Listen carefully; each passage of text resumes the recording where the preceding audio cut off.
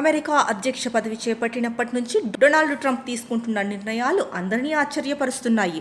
ముఖ్యంగా సుంకాల విషయంలో అయితే వెనక్కి తగ్గకుండా పోటాపోటీగా పెంచిన విషయం మనందరికీ తెలిసిందే. అయితే తాజాగా డొనాల్డ్ ట్రంప్ మరో సంచలన నిర్ణయం తీసుకున్నారు.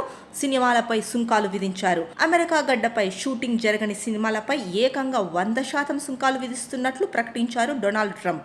ఏమాత్రం దయ చూపని డొనాల్డ్ ట్రంప్ ఈ విధంగా సుంకాలు విధించుకుంటూ వెళ్తే పరిస్థితి తీవ్రత ఏ స్థాయికి చేరుతుందో అని కొంతమంది విశ్లేషకులు అభిప్రాయపడుతున్నారు. ఇక కొందరు నిర్మాతల తీరుతో హాలీవుడ్ తీవ్రంగా నష్టపోతోందన్న ట్రంప్ విదేశాల్లో చిత్రీకరణ జరిగి అమెరికాలో రిలీజ్ అయ్యే చిత్రాలపై వెంటనే 100% సుంకాలను విధించాలని యుఎస్ ట్రేడ్ రిప్రజెంటేటివ్ యుఎస్టీఆర్కు ఆదేశాలు జారీ చేశారు.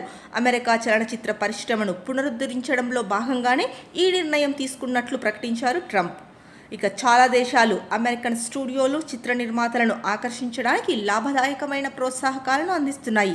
ఇది అమెరికా ఆర్థిక జాతీయ భద్రతకు ముప్పు కలిగించడమేనని డొనాల్డ్ అభిప్రాయపడ్డాడు. అమెరికన్ సినిమా ఇండస్ట్రీ చాలా వేగంగా మరణిస్తోందన్న ట్రంప్ మళ్లీ అమెరికా గడ్డపై సినిమాలు చిత్రీకరణ జరగాల్సిన రోజులు రావాలని ఆశిస్తున్నట్లు ట్రూత్ సోషల్ ప్లాట్ఫామ్లో పోస్ట్ చేశారు. ఇక ప్రపంచంలో రెండో అతిపెద్ద చిత్ర మార్కెట్ ఉంది చైనాకే. అలాంటి దేశం కిందటి నెలలో టారిఫ్ వార్లో భాగంగా హాలీవుడ్ చిత్రాల విడుదలపై పరిమితి విధించింది.